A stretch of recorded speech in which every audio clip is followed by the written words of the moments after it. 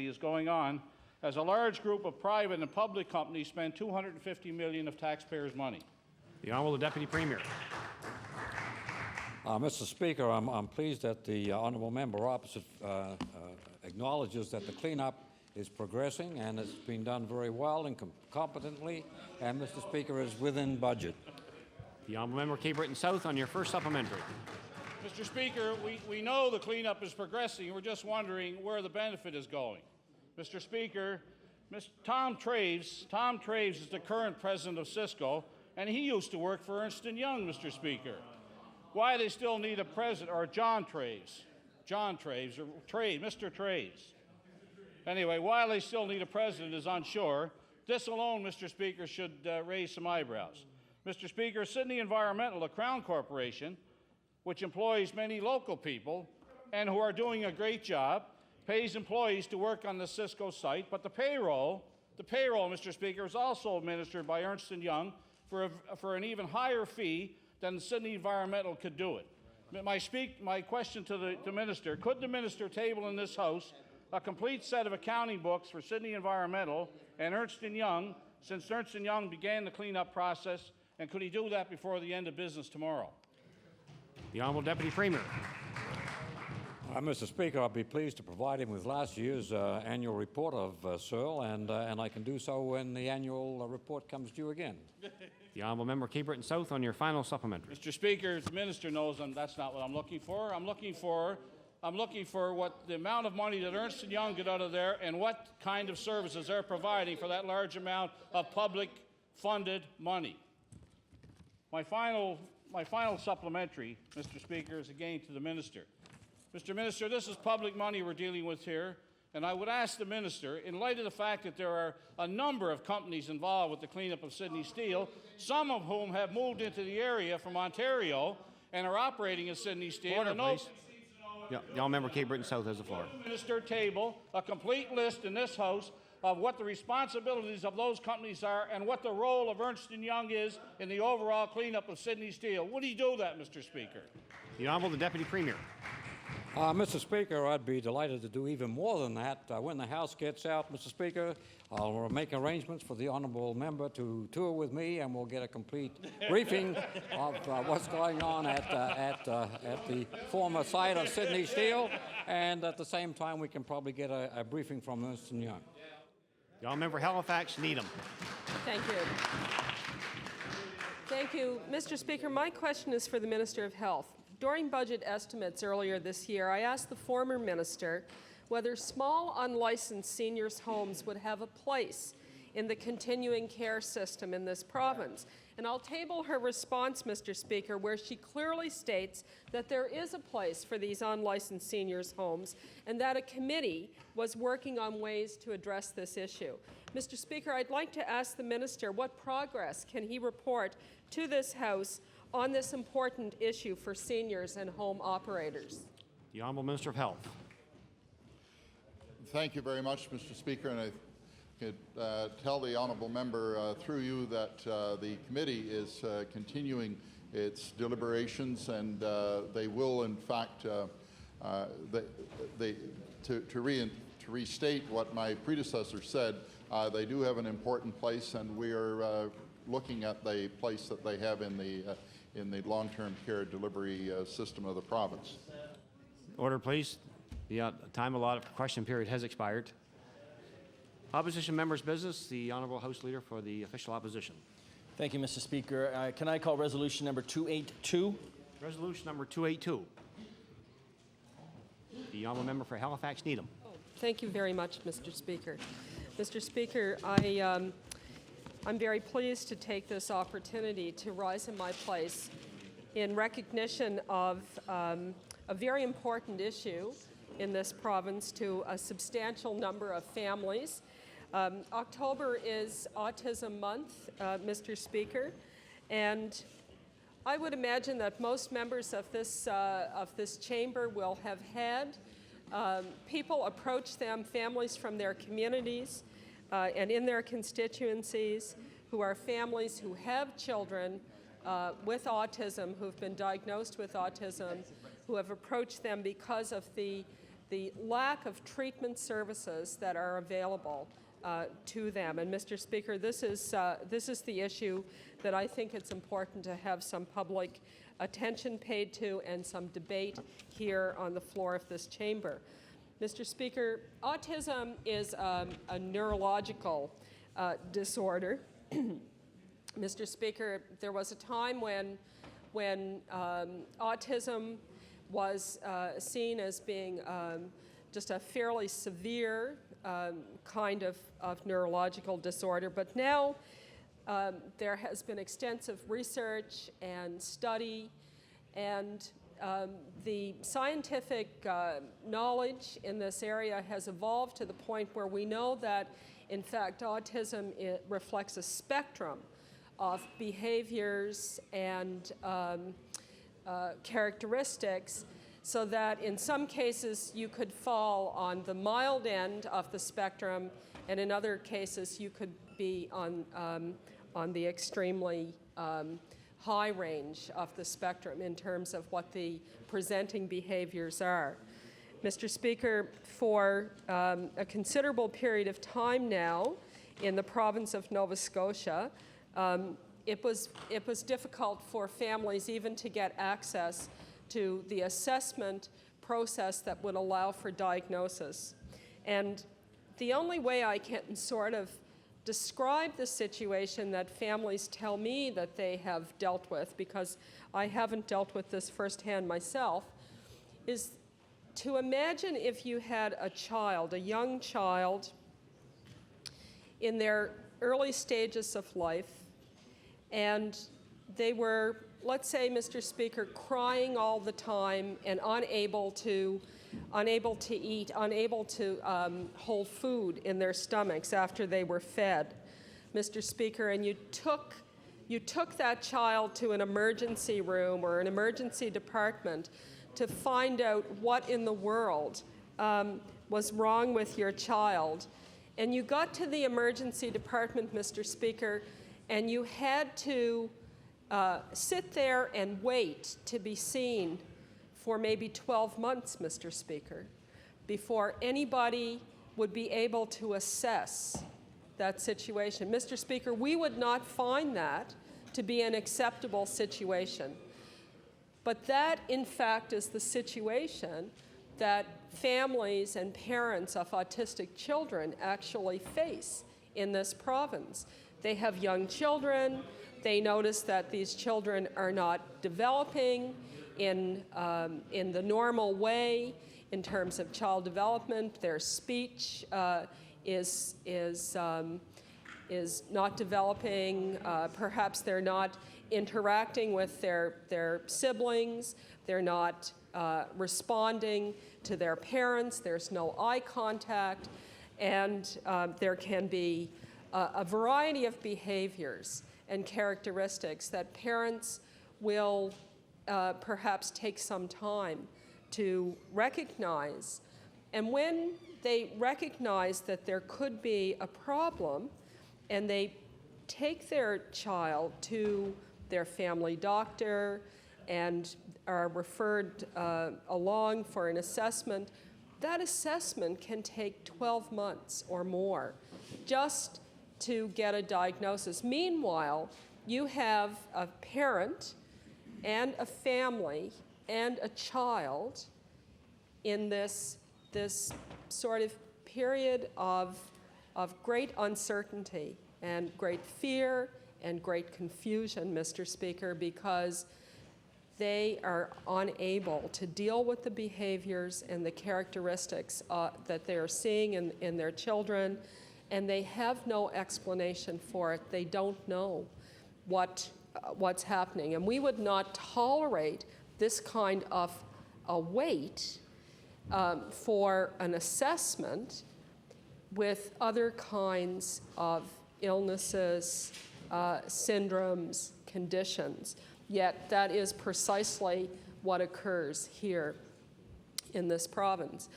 Now, having gotten through that hurdle of getting an assessment, which can take this 12-month period, then what do we do for this family? So the family goes, the diagnosis comes back, the assessment is that it is autism on the what they call the autism spectrum disorder. It is an autism spectrum disorder. And then what do we provide to that family in terms of therapy, interventions, treatments? Well, Mr. Speaker, from what I'm hearing from families with autistic children, we are providing very little, Mr. Speaker. We are providing a very small number of hours of treatment on a weekly basis, when the North American standard for best practices in working with autistic children, especially in the early years, which are the important years to intervene and provide the kinds of services to help families and to help these children develop in a way where they will be able to attend school and learn and develop friendships and get along with their families at home, and not end up in situations, Mr. Speaker, where at some point, perhaps in their later years, where they'll have to be institutionalized. Mr. Speaker, we fail to provide the optimal amount of services and hours that are required for the intensive treatments and therapies that are needed. Not only that, Mr. Speaker, but we have also failed to develop a plan for dealing with autism in this province. I mean, the families that write me and call me and speak with me about this issue are very confused about what the province's plan is, what their approach is to service delivery and provision. They very often have to work across departments. They may be dealing with the Department of Community Services in terms of respite services, and they may or they may not get those services based on their income. So the test for whether or not a family can get any respite services is a means test, is an income test. And in terms of getting access to services in the healthcare system, well, this is a whole other difficulty for people. Quite often, they see speech pathologists, maybe at the Nova Scotia Speech and Hearing Clinic. But, Mr. Speaker, the resources that that particular service has is quite limited in terms of the demand for these services. Now, recently in the media, there have been reports that the incidence of autism are on the rise, and there's lots of speculation about why that might be, that perhaps it's because now you have this disorder has been identified as a spectrum disorder, meaning that behaviors that in the past would not have been characterized as autism are now being captured as part of the assessment, part of the diagnosis. And it may be because in the field there are more people who understand and are watching for the patterns of behavior and the characteristics. But, you know, we're not training people adequately. Families tell me that, and I know the minister will stand up and say that we are doing all of these things, but what families want is they want better training for the personnel, they want more resources allocated for treatment, they want diagnostic services that are available on a much more timely basis, so they don't have to wait for these periods of time. They want respite services, and they want respite services that are appropriate for their kids. The these families, when they need a break, they can't just walk out and leave their children with anyone. These kids often have the kinds of behaviors and characteristics that require fairly specialized kinds of supervision and attention. So there are many things that this government needs to take into account in terms of looking at the needs of families and children with autism. Mr. Speaker, I, not so long ago, had an opportunity to meet a woman, a young woman, who has 2 daughters and a young son. And this woman is a single mom, and she lives just outside of Halifax. And she was in a situation where she herself has MS and has some limited mobility because of the extent of her MS. And her little boy, very active, and sometimes some kids with autism are very unaware of the danger that automobiles present. And he will play out in the yard, and he'll run out into the street, and if she takes him to a shop or a store, shopping center, he will run away from her, and she can't run after him because of her MS. And it had gotten to the stage where Child Protection had gotten involved in this case. And she was looking at having to either place her child in care in order to get the services he needed, or having him in this situation where she just couldn't provide adequate care for him. And through a process of advocating with the Child Welfare, the Department of Community Services, the services that she requires to provide him not only with supervision, but the treatment that he requires has now been put somewhat in place. But I have other families that are saying, we are not prepared to see our children go into care in order to get services.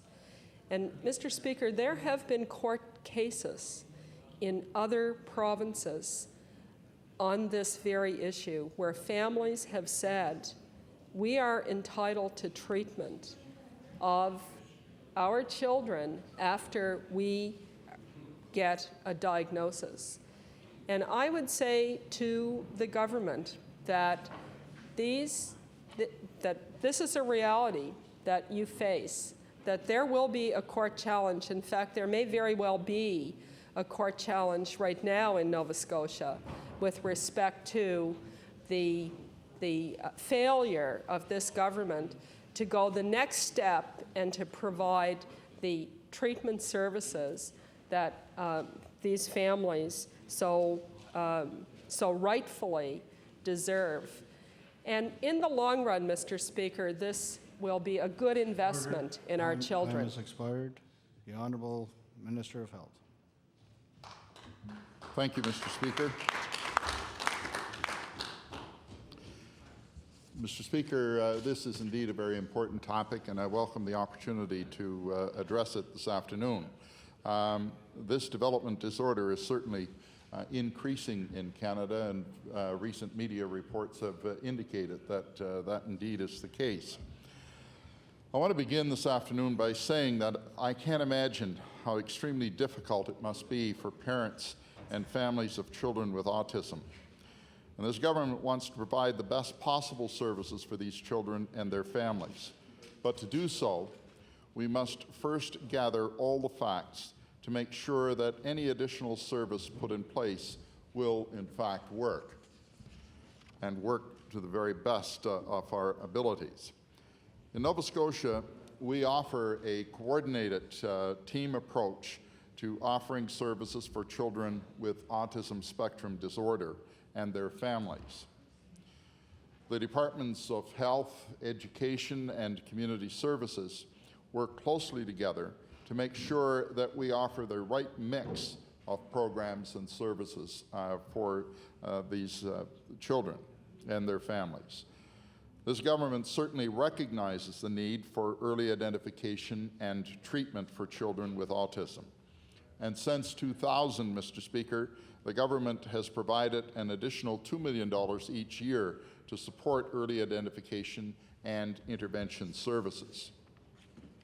Over the last 3 years, we have made significant progress in the services available for children with autism and their families through our early identification and intervention program. This program was a direct result of the Departments of Health, Education, and Community Services working together on the Children and Youth Action Committee.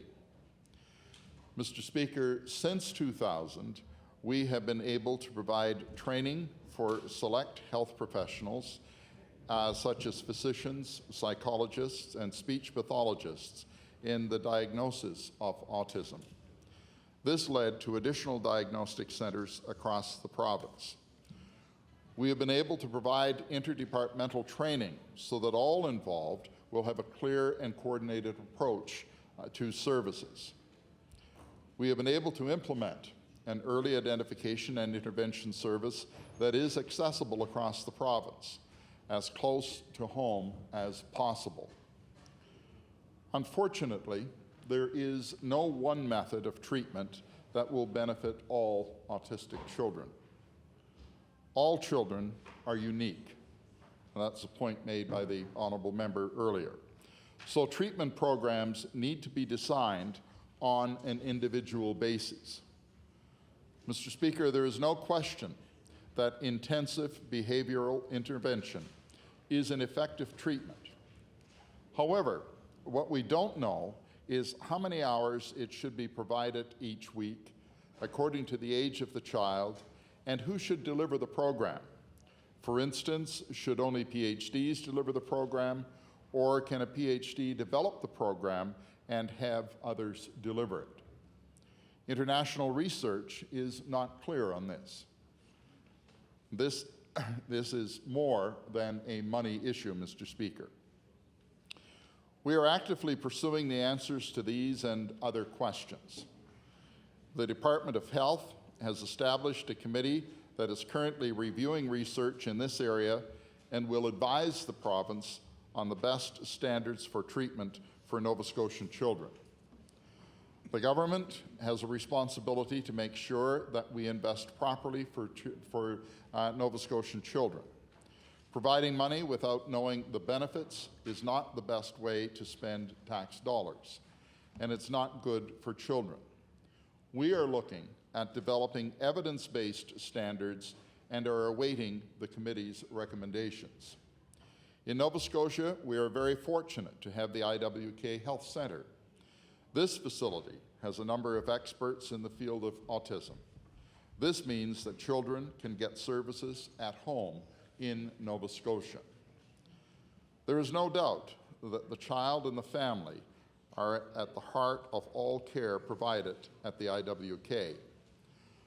I am also happy to report that the province now has an international clinic and research expert in the field of autism, Dr. Susan Bryson. Dr. Bryson, the chair of autism at Dalhousie University, and is very much up to date on all diagnostic and treatment issues. Dr. Bryson also serves in psychology and pediatric services at the IWK Health Centre. Mr. Speaker, I would like to say again that it must be very stressful for parents and families of children with autism. It is very difficult for me to have to tell you that I can't offer more help for children right now, today. But as difficult as this is, I would not like to be standing here before you in 5 years' time telling you that our efforts hastily put together did not work. We want to be able to help, but help in the right way, the way that works, and that, Mr. Speaker, takes time.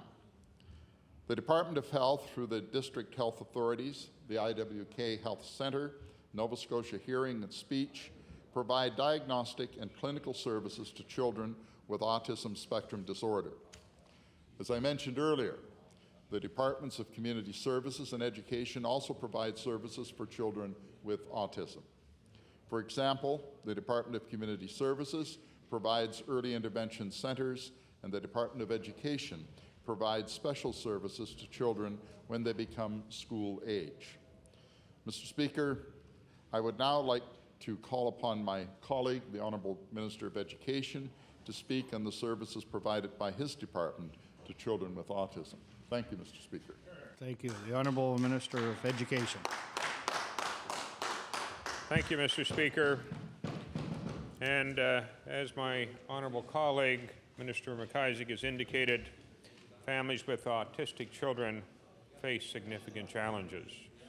Certainly, I want to tell Nova Scotians that this government does recognize that autism is a challenge for many, many families and for many, many individuals, and that, as my honourable colleague has mentioned, government has taken several initiatives to try and help people who have autism and their family members.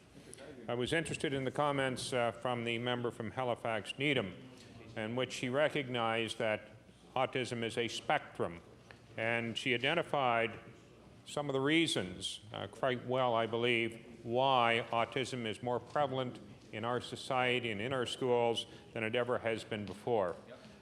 Earlier identification, more skilled identification, and more people able to recognize it.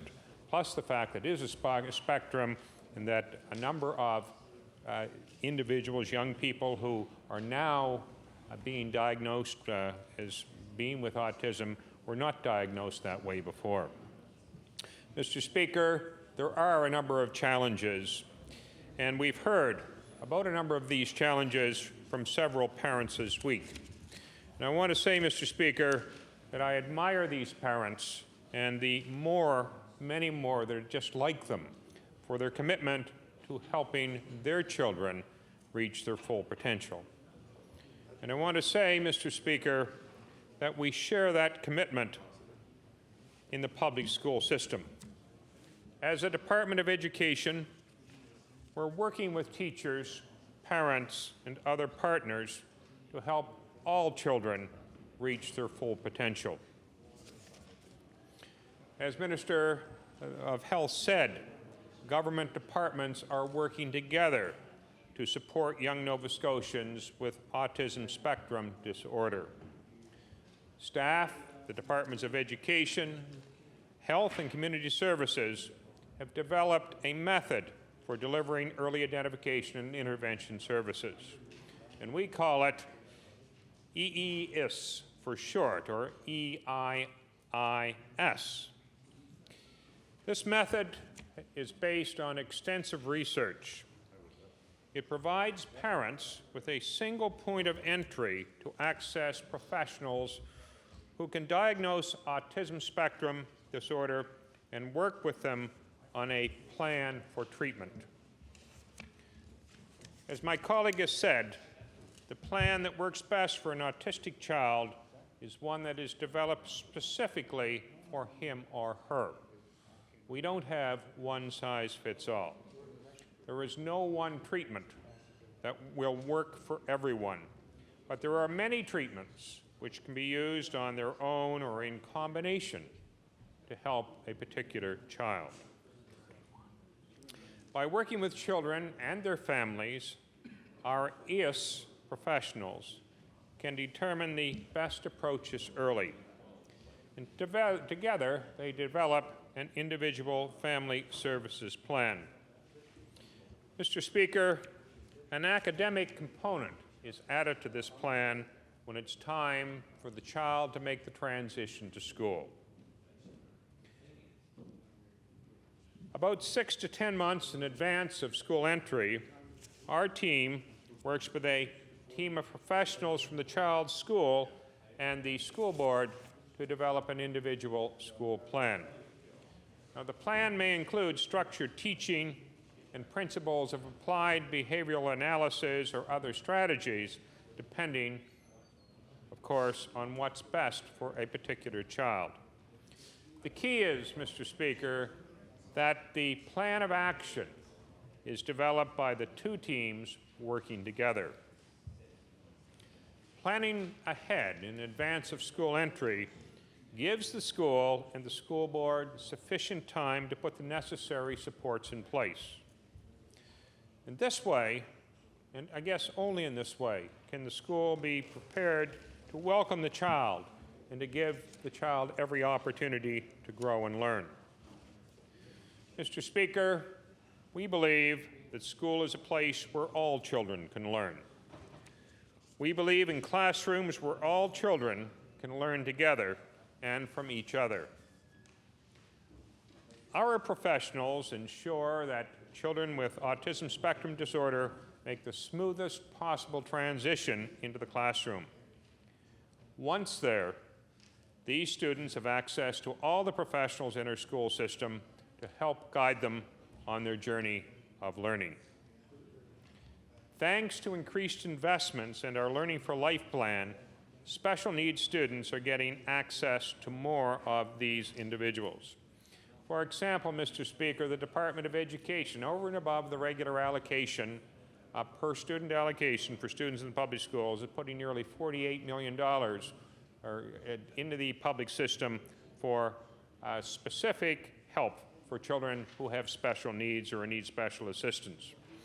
In the Learning for Life program, we have also allocated an additional $2.5 million for such children.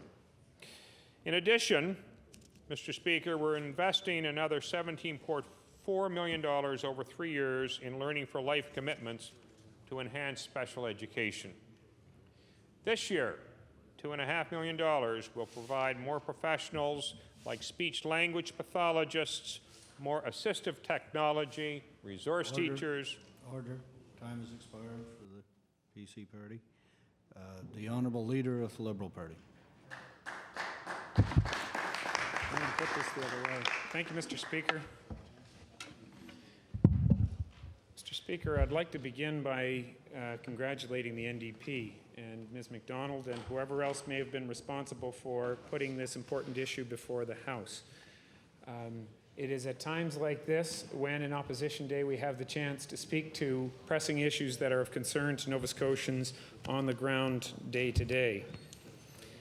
Mr. Speaker, the issue before us is one that is of great importance to Nova Scotians. And it's definitely of great importance to the people who are affected by this on a day-to-day basis. All members of this House undoubtedly are familiar with ASD or autism in one fashion or another. And all members of this House are selective about when they make personal references to their own circumstances. I am guided by a practice, particularly in the circumstances of my children, of avoiding unnecessary references to my children. However, on this subject, I was left with little choice. I thought it was necessary for me to share with the House my own personal experiences with ASD. My wife and I have been blessed with our eldest son, Patrick, who has had several diagnoses with disabilities. He was born with Down syndrome, and he has been a blessing for his entire life on us.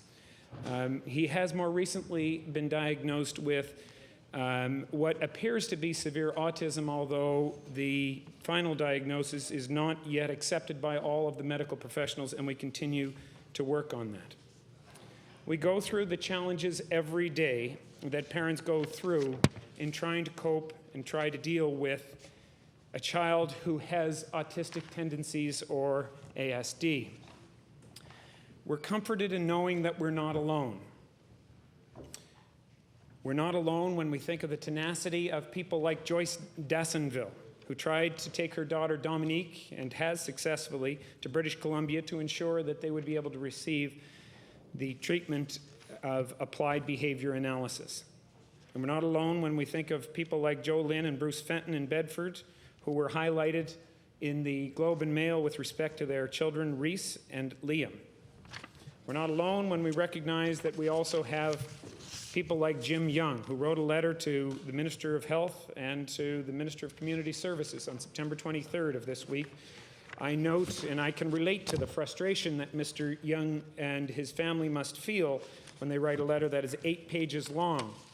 What's interesting to note is that on page 2 of the letter that he sent to the 2 ministers under the heading of funding, he references the need for his family to step up to provide the level of support that is necessary. And he says in that paragraph, "I estimate that my family spends in the vicinity of $30,000 annually." And this is totally out of pocket for that particular family. Reference was made to the Averys today by Ms. McDonald. Gerard and Tracy Avery, who are going through their own challenges and who show the courage to step up at a time when most people might cower in these circumstances. ASD is a challenge that affects all Nova Scotians.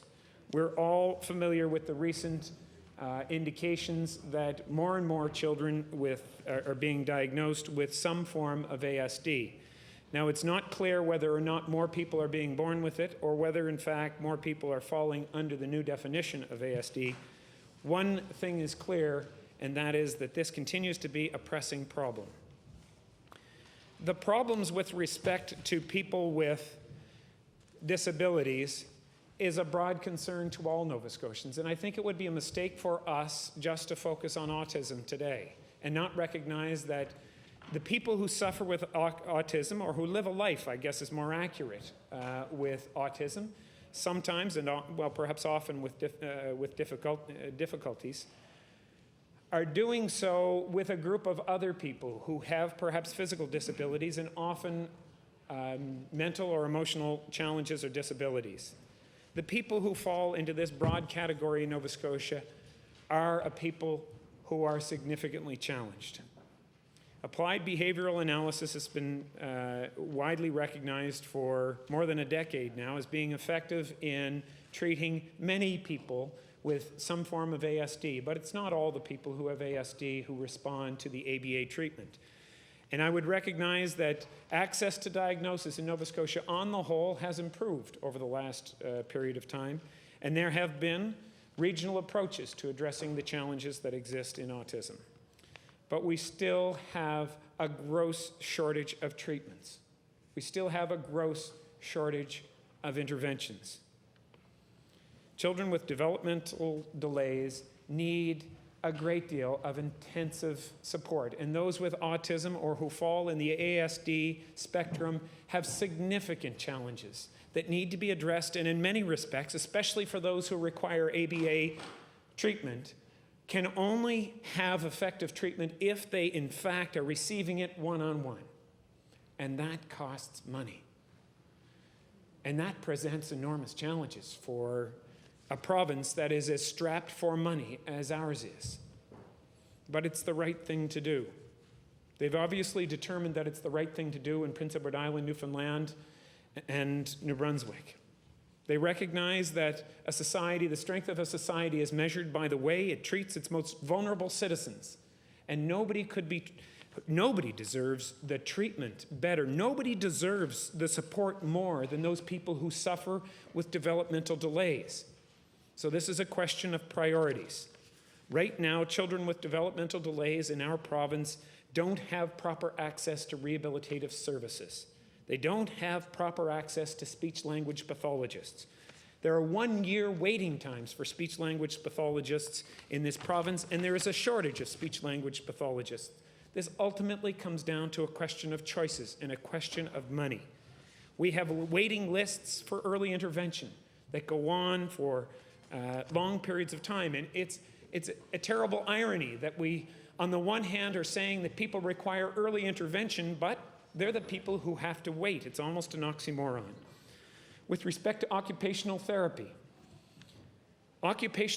for a number of people with developmental delays in this province is almost non-existent. If you live in rural parts of Nova Scotia, it's almost non-existent that you will get occupational therapists. What about developmental childcare? In this province, we have enormous challenges in finding spaces for people who have special developmental challenges who are going into a child care situation.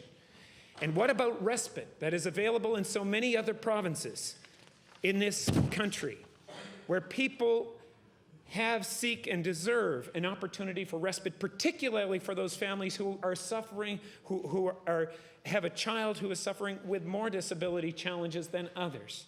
Now, I use the word suffering only with respect to this being a challenge for people, not with respect to this in any way being something that anyone should feel sorry for anybody else about, because in many respects, these children are blessings, and certainly for Sheila and me, Patrick, and for our children. Patrick has been a complete blessing for all of us, and we recognize we cherish every day that we have with him. But we recognize that things could be better in this wonderful province of Nova Scotia, and things would be better if we made different choices in supporting people who are particularly vulnerable. And when we look at what happens with special education in this province, Mr. Speaker, it's hard to consider that we haven't made wrong choices on the path to where we are. We haven't properly supported the people who need this level of support. We have a history that is not in keeping with what it means to be a Nova Scotian. And we need to recognize that this is about the choices that we make as a people, as a province. We received a letter just today from a gentleman named Peter Dawson, who was congratulating our party and on its various elections, but described how he has to spend $700 per month out of his family's pocket in order to provide support for their child with autism.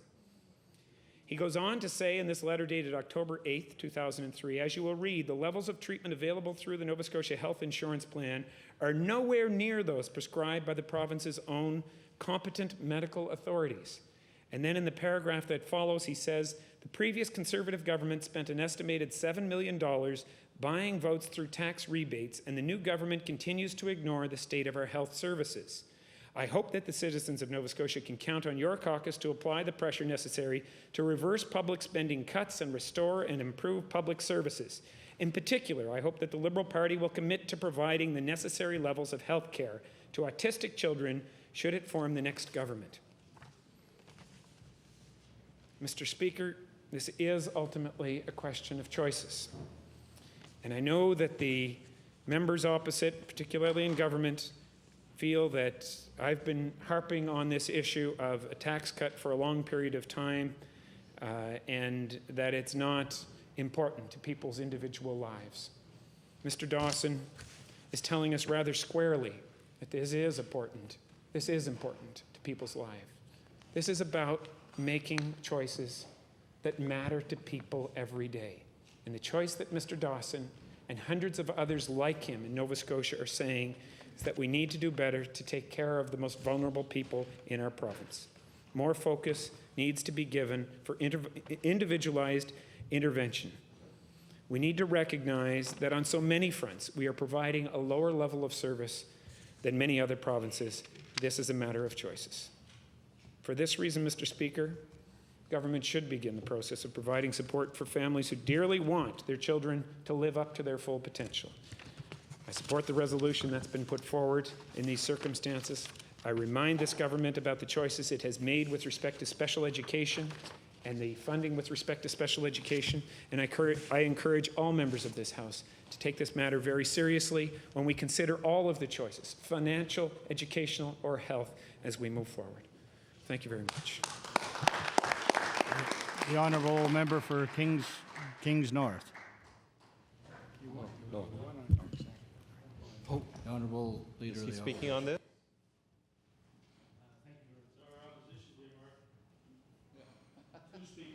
Thank you.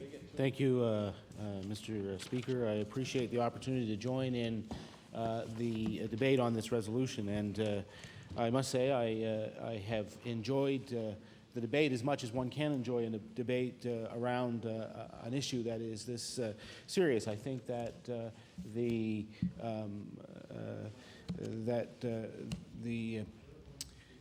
eloquent submissions on behalf of my colleague from Halifax Needham and on behalf of the Liberal leader are evident of the way that people who have had some contact with this issue respond. Because it is an issue, as has been pointed out, that deals with the lives of individuals in a way that is at this point not recognized fairly. There should be absolutely no question about this. This is a question of social justice. It is a question that is wrapped up in feelings of inequality. It is a reality that there are, and I hate to put it this way, but there appears to be a valuation that takes place about what is important to particular groups and what the government can decide is not important. And I noticed, I want to take a couple of different tacks on this. I guess I want to start by saying that all of the things that have been said by both the Liberal leader and by my colleague, I think are important for the government to understand that the waiting lists are too long, that people have incredible frustration understanding that there is help that is available that could help their children, but is not given for reasons that are beyond their comprehension. And I noticed in Mr. Young's letter, which was previously referenced, he talked about the long-term care campaign and about what was happening with seniors, and talked about the fact that seniors, there's a political understanding of how unfair this is to seniors, but doesn't seem to attract the same kind of political attention because these children don't have the same kind of political power. Well, the reality is, Mr. Speaker, that whether you're a senior or a child or wherever you are situated in society, if something is just fundamentally wrong, if something is fundamentally unjust, then it is the government's role to step in and to try and correct that. And clearly this is the case. Parents of children with autism are not alone. Parents of children who have cerebral palsy have asked this House to consider conductive therapy, which is an alternative treatment and which is not covered in this province and has not been, no movement has been made on that. Parents of children who suffer from attention deficit disorder, who suffer from hyperactivity disorder, know all too well that there is the identification of these difficulties that is taking place in the school system or through medical professionals in the province, and yet they're being identified but not appropriately treated. That these services are not available to provide the kind of treatment that is necessary in order to ensure that those children are able to lead the kind of productive lives that they ought to be able to lead in our society. So this is a matter of great concern. It's of great concern to this party. We were the only party during the last provincial election that said and made very clear to everyone that we were prepared to support the recommendations of the Special Education Implementation Review Committee.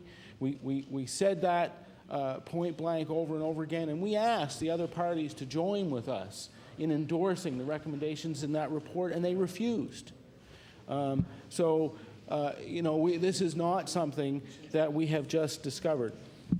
So I want to take now, Mr. Speaker, if I may, just a minute to look at what is the broader view, which is something that the leader of the Liberal Party talked about a little bit when he talked about the choices that are being made in society.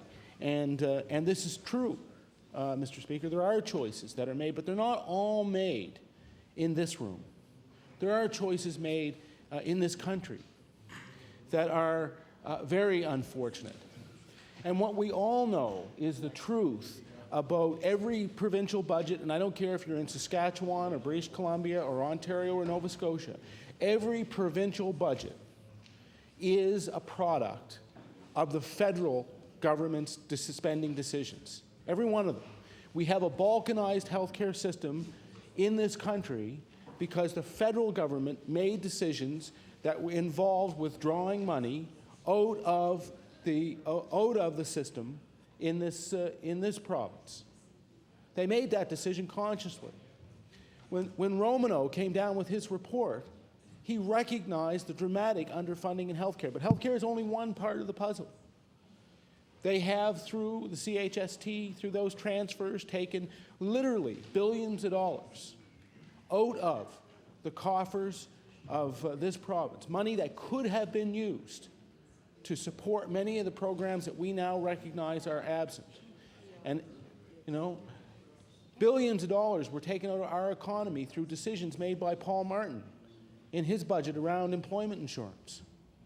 Mr. Speaker, that has a net negative effect on the ability of this province to be able to respond. Well, we have a federal election coming, Mr. Speaker. We have an opportunity to make sure that those issues are put back on the table and that the federal Liberal government does what it ought to do and appropriately funds health care transfers to this province. That's what ought to happen, Mr. Speaker.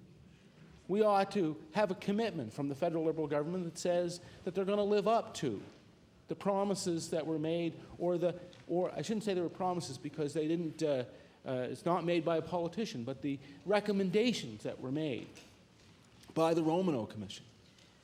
That's what the federal government could do. And then we could make those important decisions here in Nova Scotia to ensure that our citizens are given the kind of healthcare system that they need in order to see to it that their children with autism, children with other developmental delays, receive the care that they need in order to be able to take advantage of that, what is known as the window of opportunity, to see to it that they can go on to live a productive life in our society. Mr. Speaker, I was particularly disturbed when we raised this afternoon in question period the whole question of what happens with those children who are receiving ABA and who are now being asked by their providers to take what is being called a time out.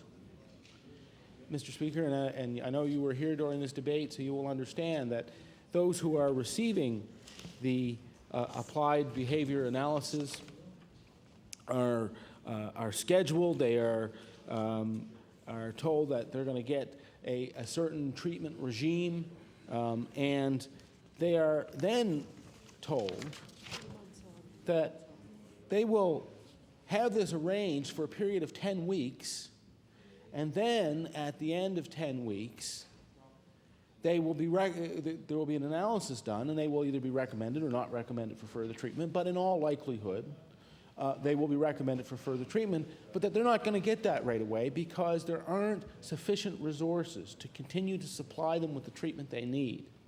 So what's going to happen is there's going to be a break in that therapy so that other, and I'm sure every bit as deserving individuals, receive the therapy that they need for 10 weeks. And then I guess the cycle goes on and goes on and goes on, leaving certainly no one satisfied. And the result is predictable, that those children who are fortunate enough to be born into families that have resources will receive assistance through private for pay clinics or through the offices of professionals that are charging for this service. They have no alternative. They have no other way to go about getting their children the help that they so clearly need. And in our province, this doesn't just happen, as I've said, with autism. It happens with children whose parents understand that conductive therapy for cerebral palsy is an alternative therapy that could be used. It certainly happens with the parents of children who suffer from attention deficit or hyperactivity disorder. They very much seek alternatives, and we know in this caucus, as does the other caucuses, understand that St. Thomas Aquinas over in Dartmouth provides a setting for children suffering from those types of difficulties. It provides a setting for them so that they can have a successful learning environment, so that they are not lost to our society. The parents of children who suffer from autism point out, I think quite rightly, Mr. Speaker, that it's expensive to supply the treatment that is required, but they also point out that the lifetime costs associated with autism, if it's not treated, is so much greater than the cost of supplying children on an early intervention basis with applied behavior analysis, which will, if successful, mean that the child will be able to go on and to have a successful life in this province. So we note with some dismay that although the Minister of Health has said that the government is committing some $2 million more to treatment and to the early identification and assessment of children with autism, we note that at the same time that this is happening, the IWK is being called upon to cut its budget. It's being called upon to, and has frozen the hiring of specialists, specifically specialists who deal in this particular area. So how is the situation improving when, I understood I had till 4:59, is that not the case? No, the time has been adjusted, 4:57. Oh, okay, thank you, Mr. Speaker. I understand I'm winding down, but I wanted to make the point that this is an opportunity that we have to make a decision on a particular therapy, which we know is successful treatment that can very much help these children, and it is a decision that should be made in favor of ensuring that these children get the assistance that they need. Thank you very much, Mr. Speaker. Thank you. The Honourable Member for Kings North. Thank you very much, Mr. Speaker. I just want to offer a few comments and thank the member for Halifax Needham for bringing this to the floor of the House. A bit of a correction: the staff at DOH are unfamiliar with the term "tying out" that the leader for the opposition party used, but it is a common therapeutic strategy to work intensively with the family for a while and then to give some time for that work and for the parents to work at that and give what's offered as sort of time for the family to and for the child to use those techniques and tools that they've been used in order to grow. So it's a common strategy. It's not, as the leader of the opposition has characterized, it's not a cost-saving measure in any way whatsoever. It's a therapeutic strategy, and one would hope that he would look at that. But this is an important subject. I appreciated what the leader of the Liberal Party had to say about it because he spoke personally about it. My own personal experience of it has been exposure through the work of Jean Vanier and the L'Arche community up in Wolfville and his own work and writings. And also when I was younger, when I was doing my training for divinity training at Palmer's Nursing Home, there was a ward there that included some very severe autistic children.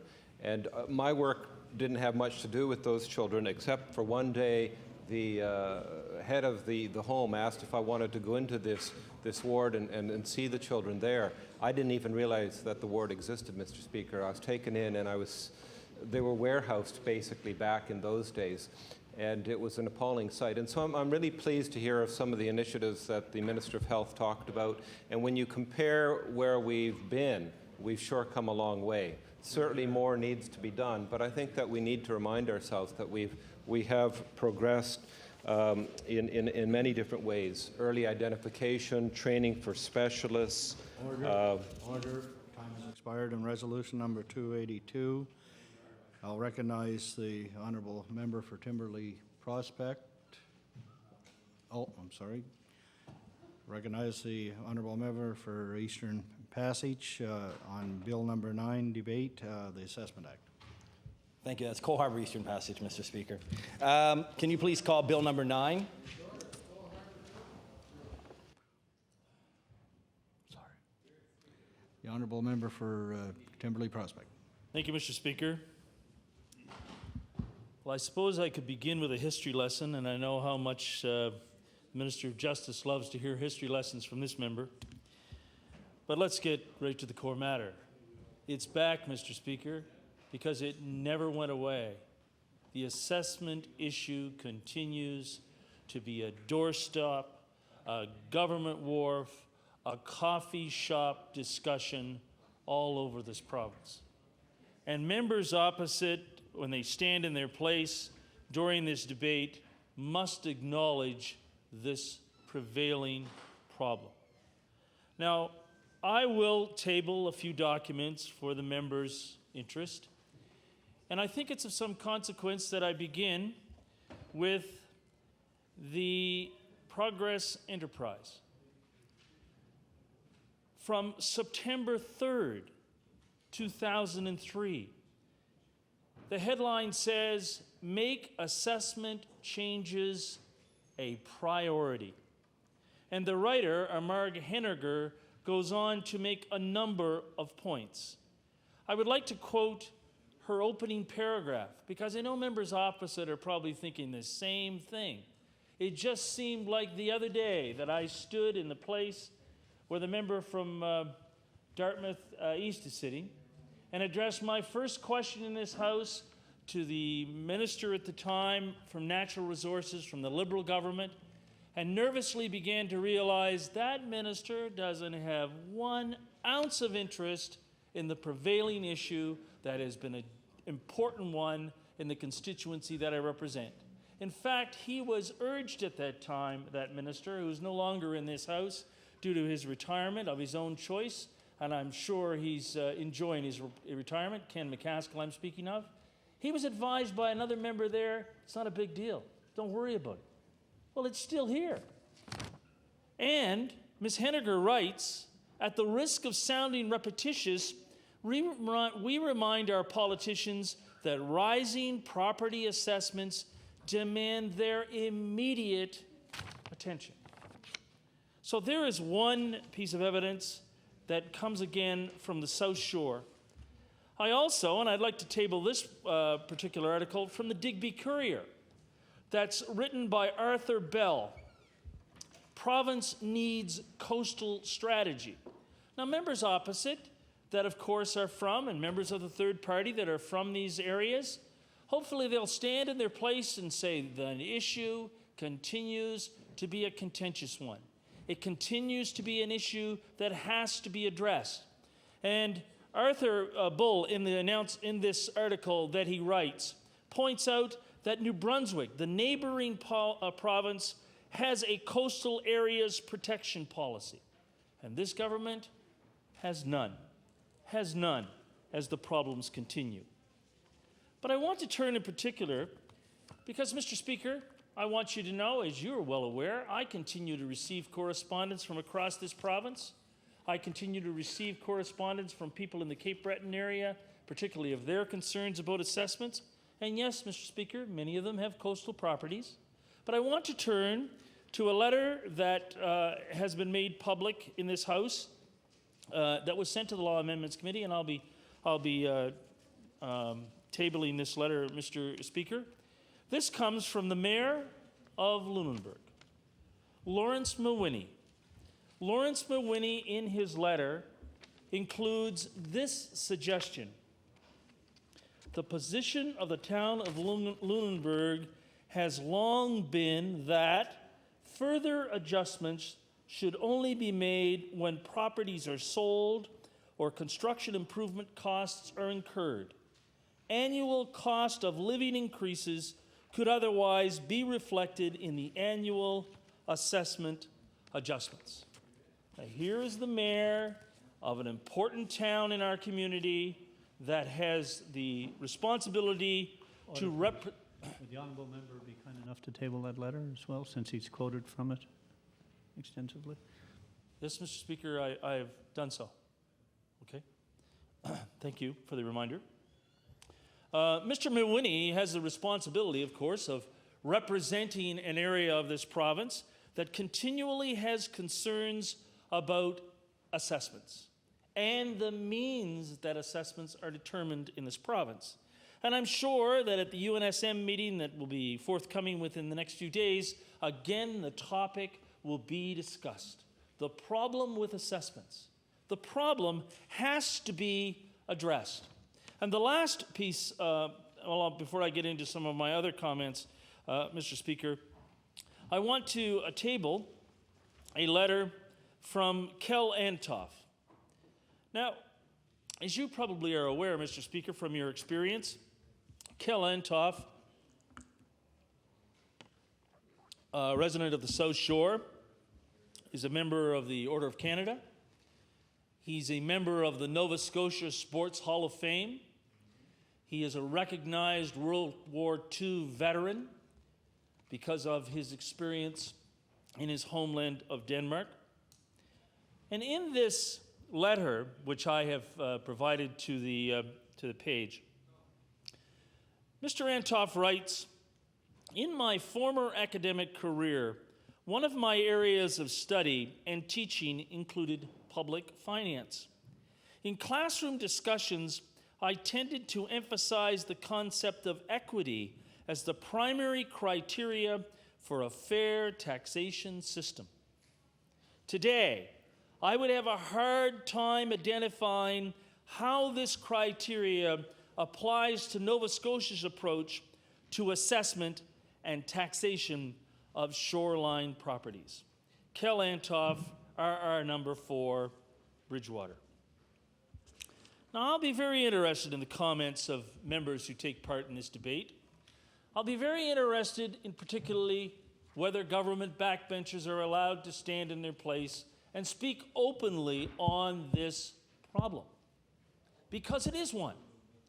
I know the MLA from Chester St. Margaret's, who I attended a meeting with last evening, who has assumed the responsibility for East and West Dover, McGraw's Cove, and Bayside.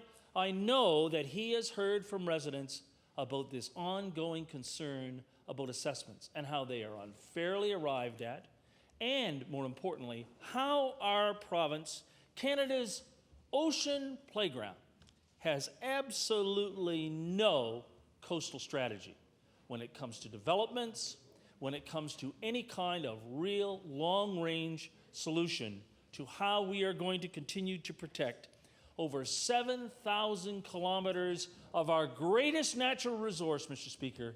And as you are well aware, of course, that is our coastline.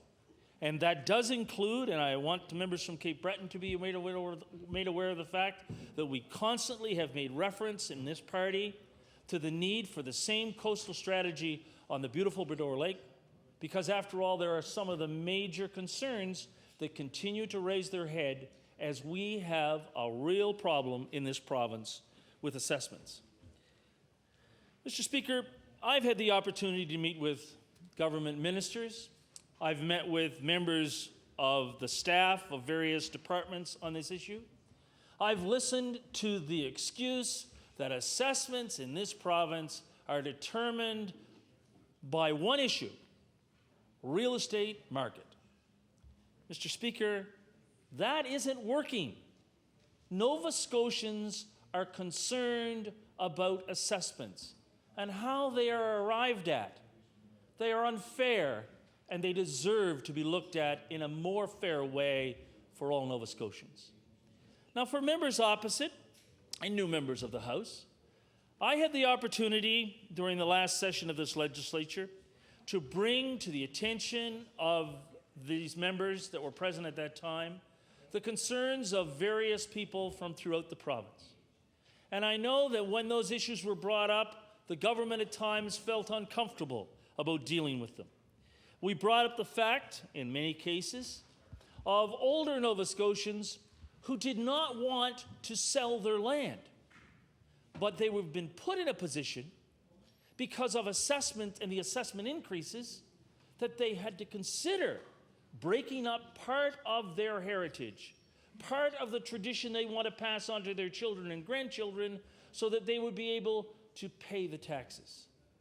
Now, the examples were brought to the floor of this House, and I encourage members of both parties present to remember the names of some of those South Shore residents, to remember Mr. Eric Creaser in particular, to remember that Mr. Creaser shared his concerns openly because Mr. Creaser doesn't want to sell his land. The argument always is from the real estate market, well, your assessment's gone way up. You can make, excuse the expression, Mr. Speaker, you can make a killing if you sell your land. Well, Mr. Creaser didn't want to sell his land. He doesn't want to sell his land. But because of the fact that his assessment jumped because of the hot, quote unquote, hot real estate market in which his coastal properties are located, his assessments have jumped so unfairly.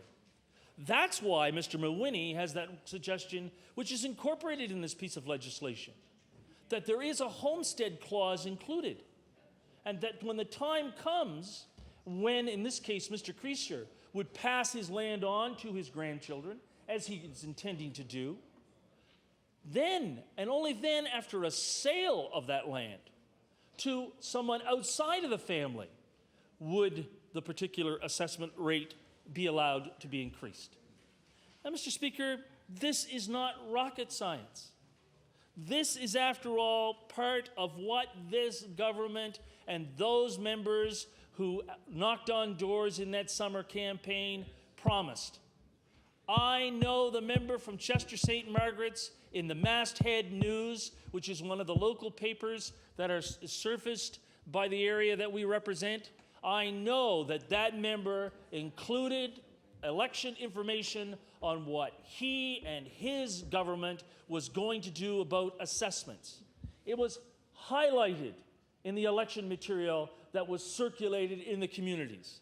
And because I have many friends who live in Chester St. Margaret's, and during and after the election, it was brought up again. Make sure that issue doesn't get forgotten when the legislature reconvenes.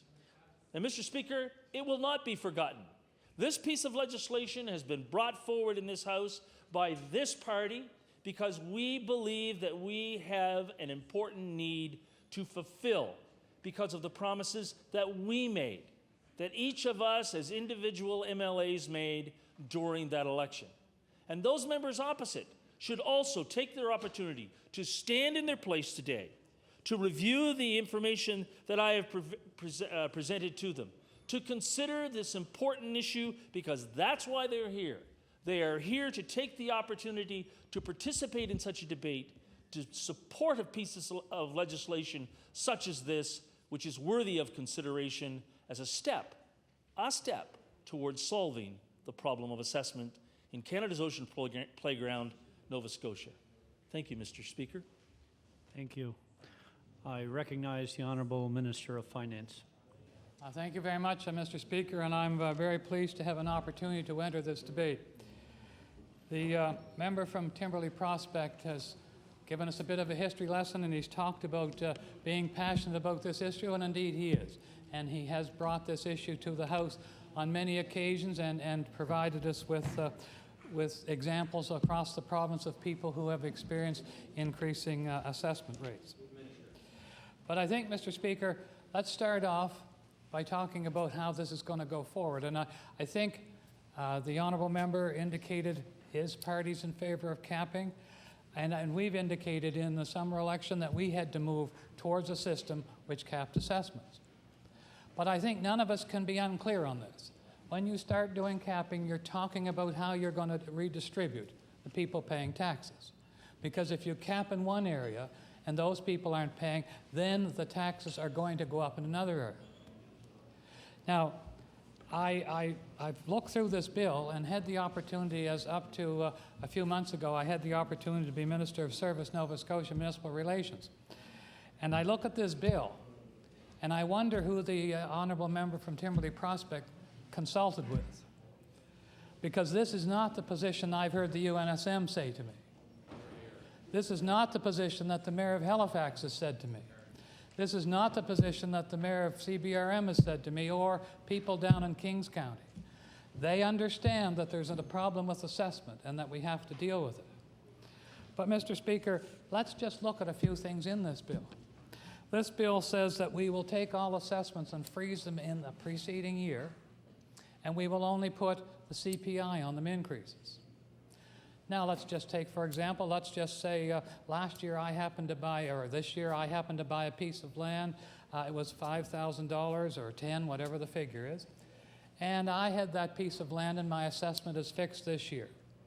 Now, next year, if I put a $200,000 home on it, what's going to happen? Well, Mr. Speaker, my $5,000, $10,000 assessment is going to go up by the CPI. And I suggest that's clearly a problem within this.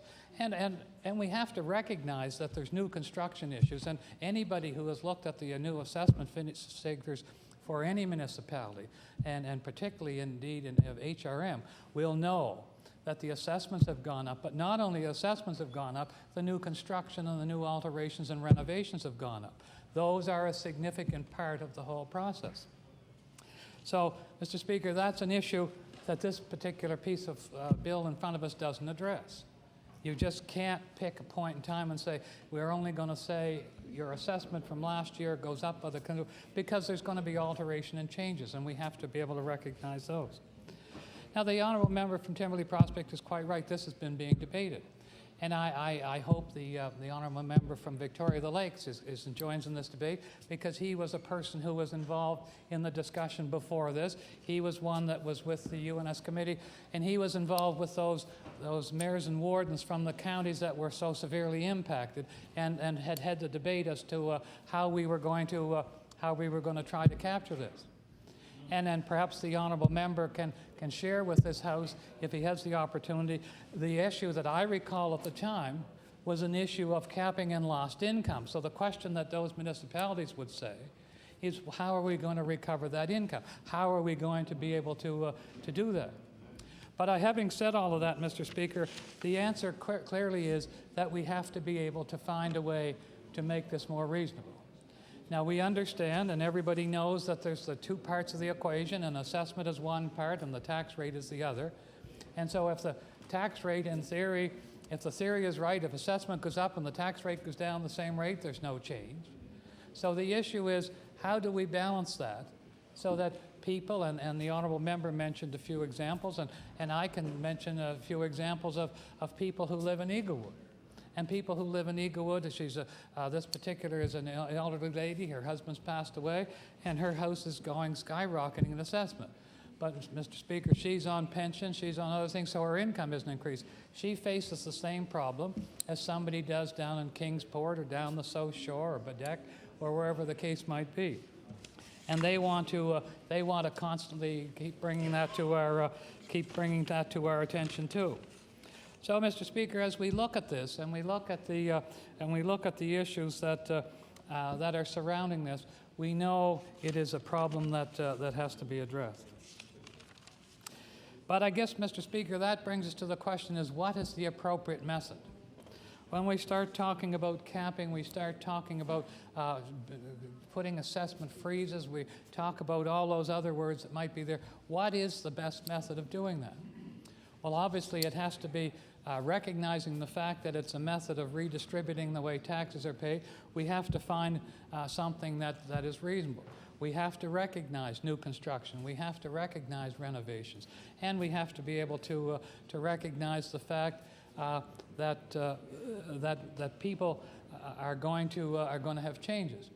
Now, the other thing that occurred to me as I looked at the bill, I wondered what was going to happen. What does this bill say to people that are first-time home buyers? Mr. Speaker, maybe your son or daughter is going to go buy a home. What that mean is that they go on a street, and let's say we're 2 years into this, all the rest of the houses on the street are capped in assessment. Your son or daughter comes in and buys a house, and they go to the market value. Now let's presume that nobody sells the house on that street for 10 years. Is it reasonable that that particular person would pay higher assessment for 8 or 10 years or whatever the situation is? And I don't think that's what this is suggesting to do. But from the words that I read, that possibility is there. So I come back again, Mr. Speaker, that we have to find in a way that is going to be fair for all. Now, as we go back and we talk about the history and we talk about, and the Honourable Member from Timberley Prospect mentioned this has been being raised, and he knows that this has had the number of issues that have come along with this, from the homestead proposal that was here a couple years ago, which would tentatively say if somebody's owned a piece of property for a period of time and they meet a certain income test, that their assessment would be frozen. Now there was some debate around that, and that didn't seem to get a whole lot of support, Mr. Speaker. I think probably the concept of trying to get to somebody who owned land and wanted to pass it on to their family was probably a fundamentally good one. But the moment that you introduce a means test, now all of a sudden you've changed that whole component. And a means test for somebody that lives, as the Honourable Member said, down the South Shore, or somebody that lives in Eaglewood or Truro, wherever it might be, the income range has to be fairly broad. Because I guess the fundamental thing we have to keep asking ourselves is, what are we trying to do here? Are we trying to find a particular group of people that needs these to assist? Or are we talking about that it has to be universal, that it has to be available to all people, whether it's seniors, whether it's people with children, new families, or is it all of us in this house here? Are we the ones that we're targeting to do it?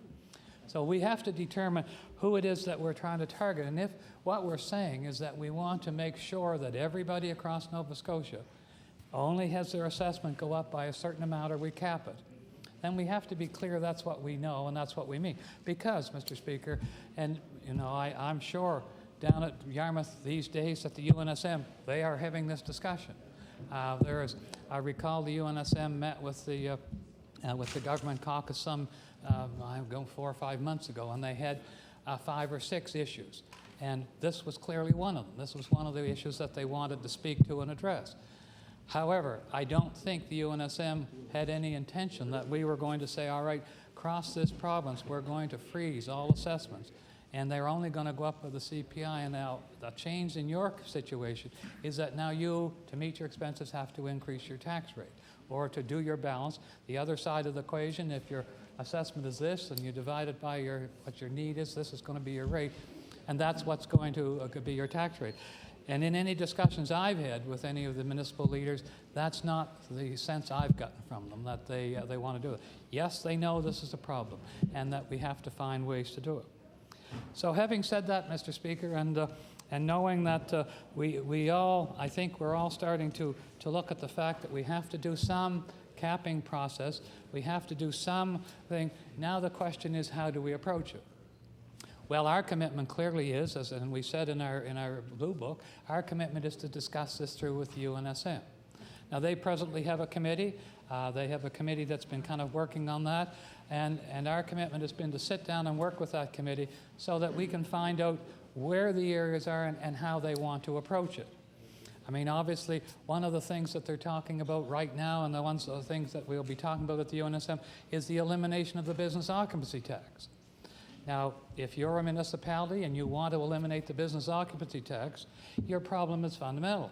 You just can't take that portion of revenue and disregard it and not add it somewhere else. So their question in front of them is, if they eliminate the business occupancy tax, do they now put it on the commercial base, do they put it on the residential base, or do they spread it across the two of them? And that's the issue that they're debating. And Mr. Speaker, this issue is going to be the same thing for them.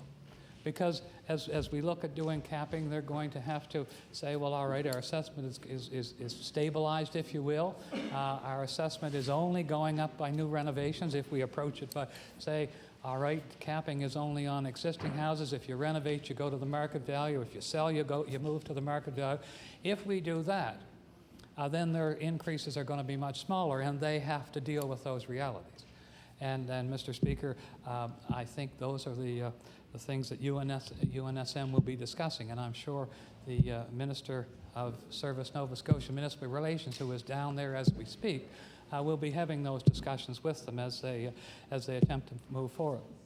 So, Mr. Speaker, I'm glad to have an opportunity to enter into this debate. This is an important one, as the honourable member from Timberley Prospect said. It's one that is affects a lot of people across the province. But as I say, I think from our perspective, we need to move towards that capping structure, but we need to do it in step with the Union of Nova Scotia Municipalities to make sure that the effect of this, we achieve all of those goals that we want to. They achieve their goals, and the people across this province achieve the goals that they want to get a stabilized rate. That, Mr. Speaker, is no easy job. It's not a simple matter to do. And as I say, I looked at the bill in here that suggested that we set a date, we set a time, and we say, let's do it only with the CPI, or we talk about a property that's going to be sold. Now, Mr. Speaker, when you're talking about a property that's going to be sold to the family, and I know the honourable member's intent. The honourable member's intent is if the house has been in the family for 50 years and they want to pass it on to their son or daughter, then it should go as not being recorded as a sale to attract deed transfer tax, or it should not attract the high price of the selling price. But Mr. Speaker, we have to be careful because it could be some developer is doing that. Some developer in wherever it is doing that, moving it on to a new company which his son, daughter, whoever it is happens to run, and that is moving, that's moving out at a rate that I don't think most people see as well. So, Mr. Speaker, in closing, I'll say I know this is an important challenge. We've taken the position that we, as a government, we need to move towards capping. We know we have to move in lockstep with the UNSM, and that we have to meet this challenge as we said. Thank you, Mr. Speaker. Thank you. I recognize the honourable member for Victoria the Lakes. Thank you, Mr. Speaker. Mr. Speaker, as Warden of Victoria County, I worked very hard on this very issue, as the Honourable Minister had just referenced the fact. I was quite discouraged on the fact that we weren't successful. Victoria, Lunenburg, and Chester. We came to Halifax 3 times, and between the 3 municipalities, we had 4 options that we presented, and neither one took hold. I'm hoping now that maybe it's because that the government is in a minority position, they're willing to listen. I hope that's not the reason. I hope that it's such a serious issue that it's being taken seriously. And Mr. Speaker, because it affects all the province from one end to the other. Mr. Speaker, we're well aware that the victims of increased assessment, they have a sharp spike in their assessment, and it's already followed by an increase in taxes. And it may not be a bad thing for some people who have the means, but Mr. Speaker, the bill, the way it's presented here, does not solve the problem for people on fixed incomes. Fixed income like senior citizens, Mr. Speaker, who are property owners. People who are not equipped to take a 5 or 10% increase, but some of the increases have been an awful lot higher because they just don't have the money in their budget, Mr. Speaker. And the way it's kind of worded there, it seems that people in a high income bracket with high properties won't suffer near as much as somebody in a low income bracket with a much lower value to their property. They're going to suffer the increase, which is going to give them an awful hardship. The poor will be guaranteed that their assessments will rise and their taxes will go also. Mr. Speaker, the member from Timberley Prospect said, I take exception to the fact the way the bill is presented by his party, because he claims to be in favor of working for the working families, but it's kind of, I think they've kind of abandoned their principles of helping the poor, because it indicates to me that the poor are going to be subsidizing the rich the way this bill is presented here. And it's not one size fits all. We worked very hard toward this means. I contacted the Honourable Minister of Service Nova Scotia and was very pleased with his response that there has been several meetings already taken place with the UNSM.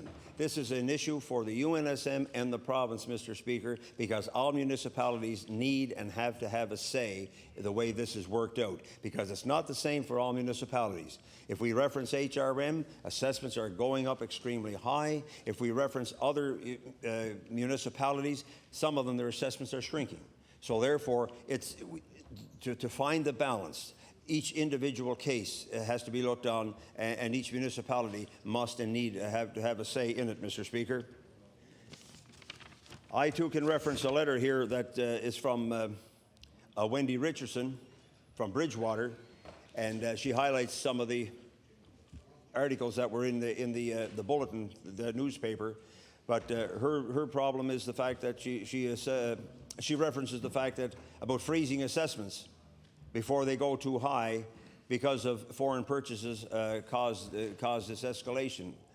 Well, I hear that all over, that people come in, spend very little time in their property that they've purchased, build multiple thousands of dollars of a home on there, and it kind of artificially draws up everybody's assessment. So therefore, somebody with a suitcase full of money is affecting somebody that doesn't even have a dollar in their wallet, Mr. Speaker. Like I said, I referenced the fact about the willingness of the province right now to work with this, and forcing seniors to sell their property was kind of touched on. And Mr. Speaker, I kind of go back to the fact that if we can't get you through the front door, we'll get you through the back door. And what it is Nanny and Pops can't hold on to their 200-acre farm anymore in a rural area. They don't want to sell it. They want to give it to their grandchildren or their family. So if they don't want to sell it, then it seems that somebody is creating such an increase in assessment from behind that they're going to force Nan and Pops that they can't keep it until the grandchildren or the family are ready to take it over.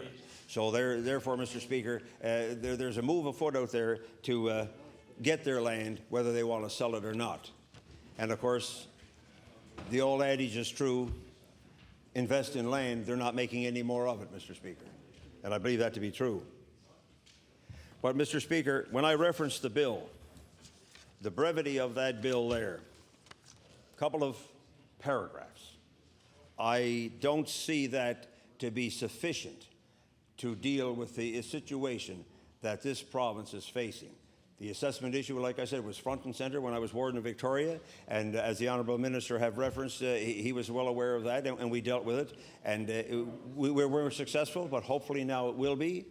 And it's taken a few years to become a real seriously taken by all members of all of the legislature, and hopefully now it will be resolved.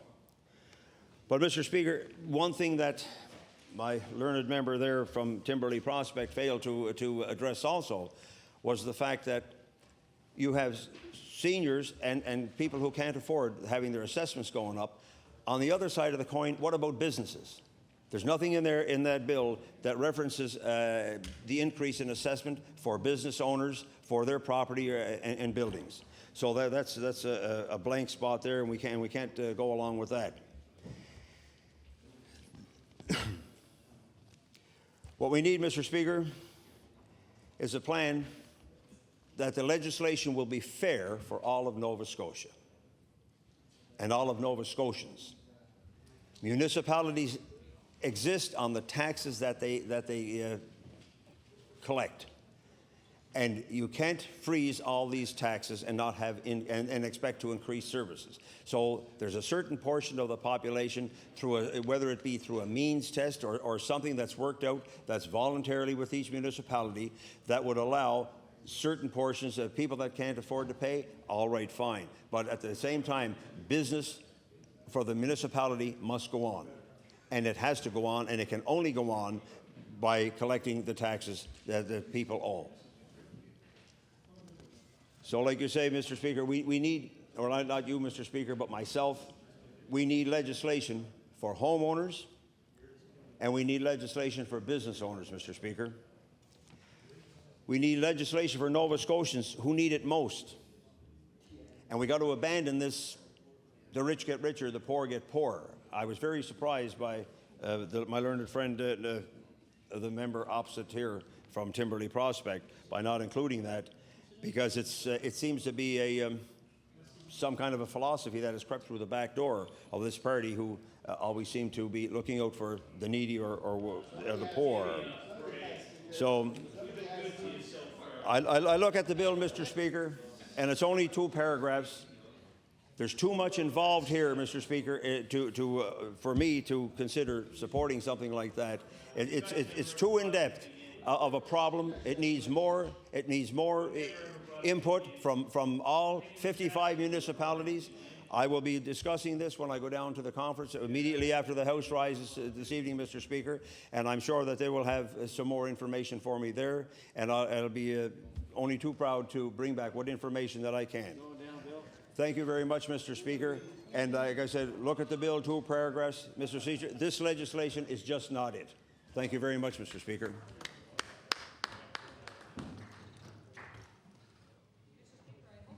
I recognize the honourable member for Halifax Atlantic. Here's my light. Okay. Sorry, Mr. Speaker. I hope that there's nobody in this House today who disagree when I say that Nova Scotia is a wonderful place. But its natural beauty and the basically peaceable way of life here have a value on the market. And what that means is that market value fluctuates. And for people who have been part of creating this place, it can become unaffordable. Nova Scotians, many of them, are becoming land poor. More and more, like my friend Alan Marriott, are finding that they cannot afford to live where their families have lived for years, and sometimes, as in his case, for centuries. Alan, when I first met him, was living in an apartment, a rented apartment in Spryfield. 10 years later, he and his family are very, very comfortably set up in a modest house built on land which has been in his family for almost 200 years. He's able to raise his 2 young sons with a really good quality of life in West Pennant. The trouble is, the house next door has driven up his property assessment so severely that over the last 3 years, he has had to resort. Order, please. Perhaps, other than the member for Halifax Atlantic, other members would consider vocal hibernation.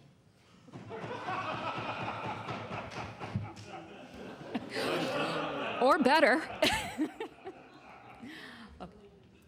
Okay. The member for Halifax Atlantic has the floor. In order to remain where he lives, in order to raise his children with a good quality of life outside a rented apartment building, Alan is having to sliver up the property that was left to him by his family. That's a real shame, and to pay property taxes. When I say that Nova Scotians on coastal properties, which was the first places this approached, are the ones who are suffering this primarily, I think we're missing an awful lot of the point. And you'll notice that this bill does not talk about coastal property assessments. I've got scrapbooks that belong to my grandfather that show Massachusetts as a place that would put Nova Scotia to shame. Right. It was a very, very, very beautiful place 80 years ago. What happened? People were forced to make the money to continue to live where they did. It has been commercialized, and many of the people who lived in that place would actually like very much to recapture some of what was there 80 years ago. Not just Massachusetts, many parts of the world. They would like to recapture that. That just doesn't bring them only to the seacoast. It brings them to agricultural land. And as some of you will know, who know me, I have a little bit of a fetish for historic buildings of Nova Scotia. I think our built heritage is a very, very important part of this. I always describe our buildings as big artifacts. They can be moved and they can be sold. Whether or not you know it, we have got an export industry in the history of this province. One good thing is you can't sell the land. But You can drive the people off the land. And this is a process which has been beginning recently as taxes rise on the backs of people who have lived there for a long time. Coastal property, of course, can include riparian shores as well, riverbanks, streams, lakes, everything else. You watch the infilling, some of that's going on. Property values climb, assessments climb, tax bills climb, and residents flee. Nova Scotians flee. The Union of Nova Scotia Municipalities actually already made it plain a couple of years ago with the first version of this bill that by leaving the decision to them to decide what were the properties whose assessment should be frozen, the province was, quote, passing the buck, downloading the decision. So perhaps the municipalities would actually like to hear something from the province this time. The land of Nova Scotia is a provincial resource as well as a municipal one. And I'd like to point out that it's not a method of redistributing a tax burden. A property in which one family lives is not drawing any more on municipal services than before, unless it has been subdivided or has become the site of many families. What is wrong with the improvement of one house? Unsubdivided lots, I would suggest, are the ones which should be protected. I think that we have as much of a danger of property taxes rising around as a result of subdivision and building as anything else. The person who has family land, subdivides, and subdivides, is in fact making fair market value, revenue, and the people who buy that land are buying it at a certain price. It's those who have been on any given piece of land, no matter how apparently barren, sterile, or unbeautiful. If it's been in their family for a length of time, that's what they're attached to. Let them stay there. Don't force them off. Unless the municipality is facing extra demands for service, it can only be described as a tax grab. And as far as business owners go, I'm wondering whether a freeze on business assessments is really included in this, should really be included in this protection. Businesses exist to make money. Households do not. Please, let us at least protect those families who choose to live in peace. Let us not force Nova Scotians away from Nova Scotia. Thank you very much. I recognize the honourable member for the Eastern Shore. Yes, thank you, Mr. Speaker. A few comments on the bill number 9. Mr. Speaker, as you know, I'm a representative of the rural area, and as the member said, Timberley Prospect, assessment's definitely a problem. There's no doubt about that. I'll agree with that member. How do we address it? That's the main issue. Now, I went on the campaign trail, same as everyone else in this House that's elected, and of course, two things that would come up at the door. Number one was amalgamation. Still, the people in the rural areas are not settled with amalgamation. And the reason why, Mr. Speaker, I'll be truthful, it is not other than the tax rate that's charged on properties. Mr. Speaker, now we have 3 tax rates in the HRM. We have the urban, the suburban, and the very rural tax rate. And they're taxed differently, simply, Mr. Speaker, because of different levels of services. Now, I can remember a long time ago, back in '94, I believe, when I was elected in the county, the tax rate was 89 cents per hundred of assessment. So that was, at that time, very reasonable, although we still had people complain about the amount of tax, because it wasn't only the 89 cents per hundred of assessment, but it would be the area rate. Now, an area rate, maybe some folks in the urban or suburban area may not understand the value of an area rate. An area rate gives a councillor and that particular district or the area in question the ability to tax a certain amount of money for improvements in the riding that they wish to have. So, of course, we would talk about our fire departments. So if the local fire chief would want a new fire truck, at that time, the councillor would call a meeting and would present the cost. And of course, at that time, an area rate would be set along with the assessment. So you'd have your 89 cents per hundred of assessment. You would have whatever area rate that would pay for that piece of apparatus. It would be sometimes 9, 10, 11. Now, each fire department would govern a certain part of the area. So within a municipal district, there could possibly be 4 or 5 different area rates according to the demand. And it was always in my belief that that was a very appropriate way to tax. You know, you had your assessment, and then whatever the community went through a certain process, that the community was indeed in charge of that. So then what took place, amalgamation came along, and the county, Bedford, Halifax, and Dartmouth, the 4 municipal units, joined as one government, and under the leadership of then Walter Fitzgerald. And I can remember councillors from different municipal issues sat downtown Halifax and provided collectively good municipal government. And I say that, Mr. Speaker, because not like anything else, at first joining the municipal council, I certainly had many difficulties. I can remember my municipal background was to stand strong and tall for the people in my riding. And I'll tell you, Mr. Speaker, I didn't really approve of the amalgamated unit right off at first, full of vinegar, full of great pride in my area, and listening to the people, and the people coming to me and saying, Bill, we're not happy with this union. And I know at that time that Bedford was not happy with the union. And Mr. Speaker, I believe some residents in Dartmouth weren't happy, and I believe they're still not happy with that union. But the Halifax, where we stand here today, they joined their pooled resources with the other 3 municipal units and became the HRM.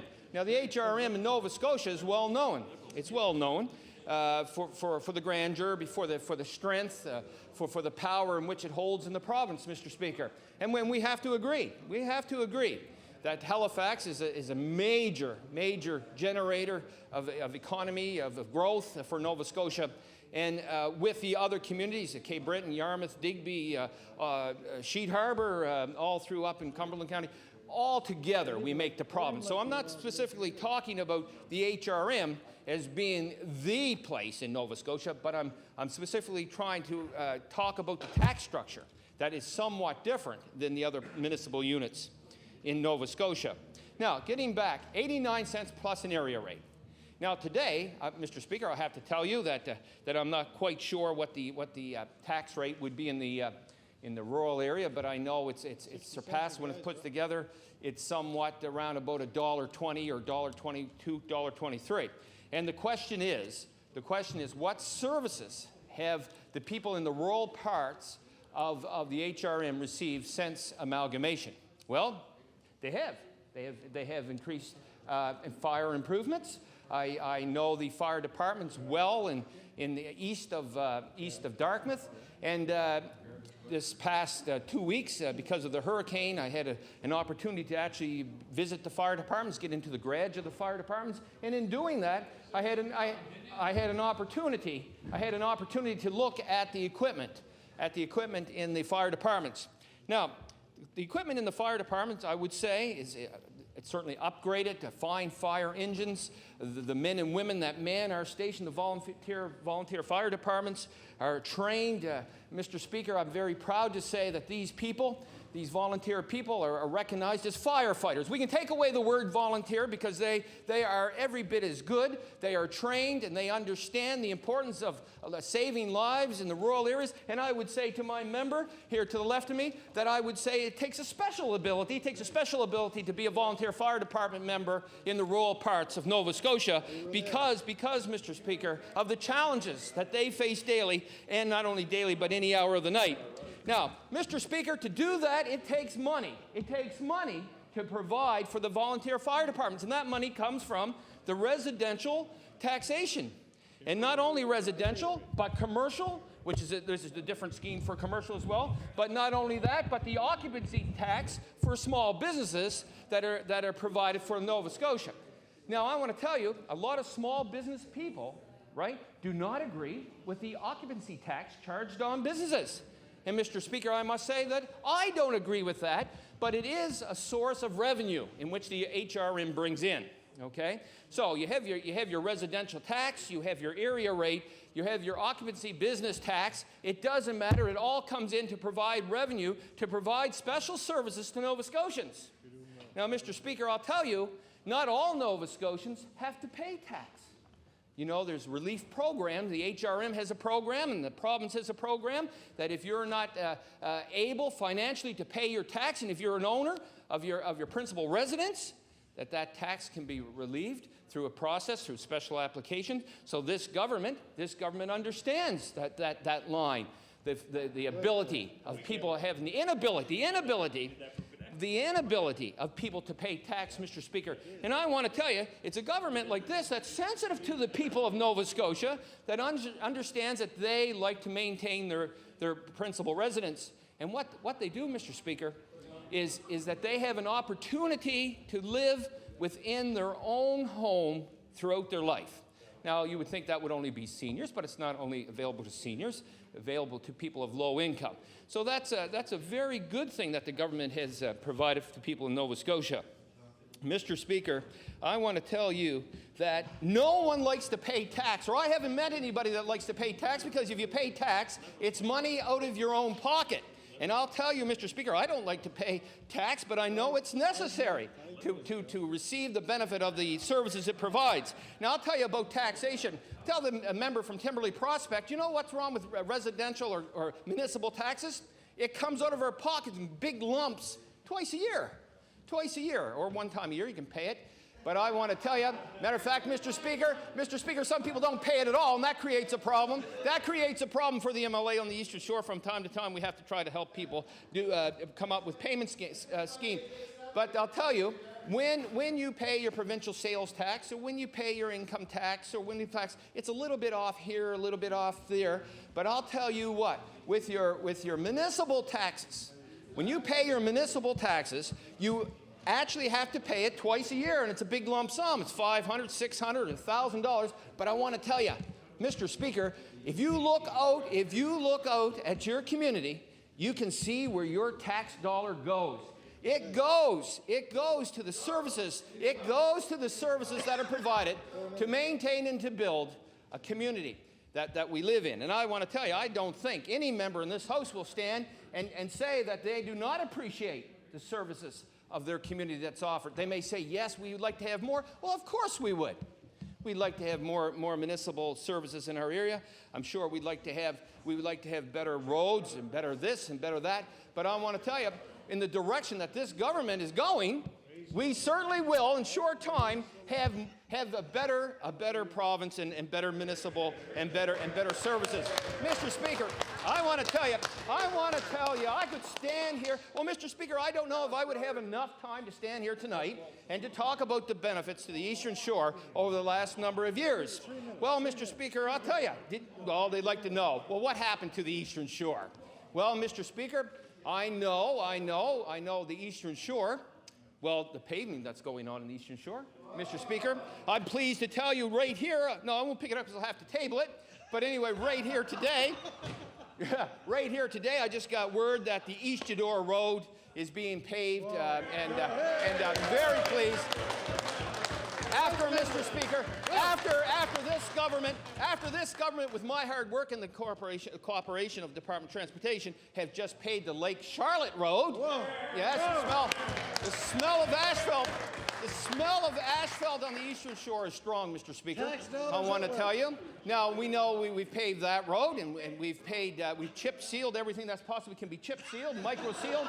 Mr. Speaker, there was a dog on the side of the road the other day, and the dog itself was chip sealed, Mr. Speaker, because it couldn't get out of the way.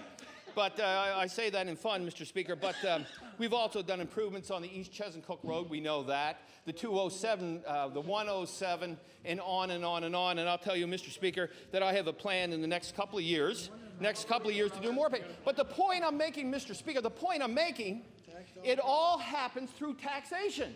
You see, taxation. And if you want better things, you must pay for better things. Mr. Speaker, unless the federal government would send down the just fare of the money that they owe us, then we could probably take back just a little bit. But Mr. Speaker, no doubt about it. No doubt about it. No one likes to pay municipal tax. No one understands or much cares if it's a provincial or if it's a municipal issue. They just know that they're not pleased with paying municipal taxes. But I want to say, Mr. Speaker, in all fairness, we live in a fair province. We live in a good municipality. And I know throughout the other municipal issues in Nova Scotia are led by good wardens, they're led by good mayors, and they have good elected officials. They go through a process no different than the people that are sitting in this house this afternoon. They go through a process, they go to an election, and they are voted in, Mr. Speaker, on an election day by the promises that they've made. Now remember, when they make the promises, throughout their mandate, they have to prove themselves or themselves. Their credibility has to be challenged from time to time. But I don't think, Mr. Speaker, I've been in politics a long time. I haven't met an elected official, regardless, Mr. Speaker, if they sat on that side of the House, if they sat on that side of the House, or if they sat on this side of the House, if they sat in Yarmouth, or if they sat in Cape Breton, or where they sat. I haven't met an elected official, Mr. Speaker, that didn't care about the people they represent. I know when they enter politics, it's the goodness of their heart, and they understand that they're going there for a reason. And I want to tell you, Mr. Speaker, I haven't met an official that doesn't understand the importance of representing their people. Now, Mr. Speaker, I know. Order, please.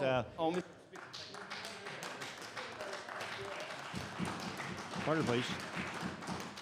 Time allotted for opposition members' business has expired. Call upon the Honourable Government House Leader for tomorrow's hours of business and order of business.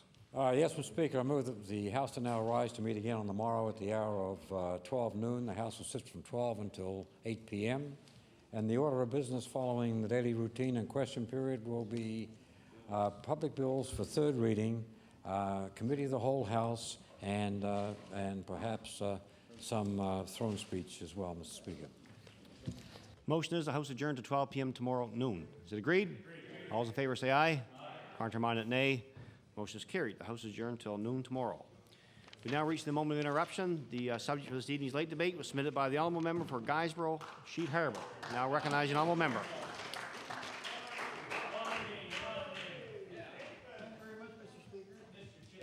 Mr. Speaker, it is a pleasure to rise today to speak as first MLA for the new constituency of Guysborough, Sheet Harbour.